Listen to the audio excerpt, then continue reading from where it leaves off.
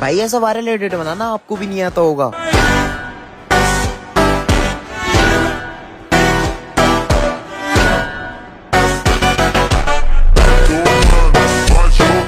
और इसे कैपकट में एडिट करना बहुत इजी है। सबसे पहले तुम अपने कैपकट को ओपन करके लाइब्रेरी से 4 बैकग्राउंड फोटोज को कैपकट में ऐड कर लेना और फिर अपने साउंड को ऐड करके बीट में आना और ऑटो बीट जनरेट कर देना और बीट के हिसाब से इन फोटोज को सेट करके ऐड ओवरले पर क्लिक करना और अपने फोटोज को ऐड कर लेना और फिर क्रॉप में आके 1:1 वाले रेशियो को सिलेक्ट कर लेना और इसे कुछ इस तरह ऊपर की तरफ करके लेफ्ट कॉर्नर में सेट कर देना और फिर अपने एक और फोटो को ऐड करके क्रॉप में आना और सेम 1:1 वाले रेशियो को सिलेक्ट कर लेना और इसे भी कुछ इस तरह नीचे करके राइट वाले कॉर्नर में सेट कर देना और ऐसे ही अपने दोनों फोटोज को ऐड करके सेट कर देना और इन सभी फोटोज को अपनी साउंड की बीट के हिसाब से एडजस्ट करने के बाद अपनी फर्स्ट वाली ओवरले पे टैप करना और इसके फर्स्ट में की फ्रेम ऐड करना एंड थोड़ा सा आगे जाके बीट के पास एक और की फ्रेम ऐड करना और फर्स्ट वाली की फ्रेम पे आगे से कुछ इस तरह फ्रेम से बाहर कर देना और ग्राफ में आके क्यूबिक आउट को अप्लाई कर देना और फिर अपनी सेकंड ओवरले पे टैप करके इसके भी फर्स्ट में की फ्रेम ऐड करना है थोड़ा सा आगे जाके बीट के पास एक और की फ्रेम ऐड करना और फर्स्ट वाले की फ्रेम पे आगे से भी कुछ इस तरह फ्रेम से बाहर कर देना और ग्राफ में आके सेम क्यूबिक आउट को अप्लाई कर देना और यही सेम प्रोसेस अपनी दोनों ओवरलेस पे भी अप्लाई कर देना और अपने व्हाइट वाले बैकग्राउंड फोटो पे टैप करके इसे डुप्लीकेट कर देना और इसे ओवरले करके अपनी फोटोज के नीचे कुछ इस तरह सेट कर देना और मास्क में आके सर्कल वाले मास्क को सिलेक्ट करके इसके साइज को कुछ इतना रख देना और फिर ऐड ओवरले पर क्लिक करके लाइब्रेरी से एक ब्लैक बैकग्राउंड फोटो को ऐड कर लेना और अगेन मास्क में आके सेम सर्कल वाले मास्क को सिलेक्ट कर लेना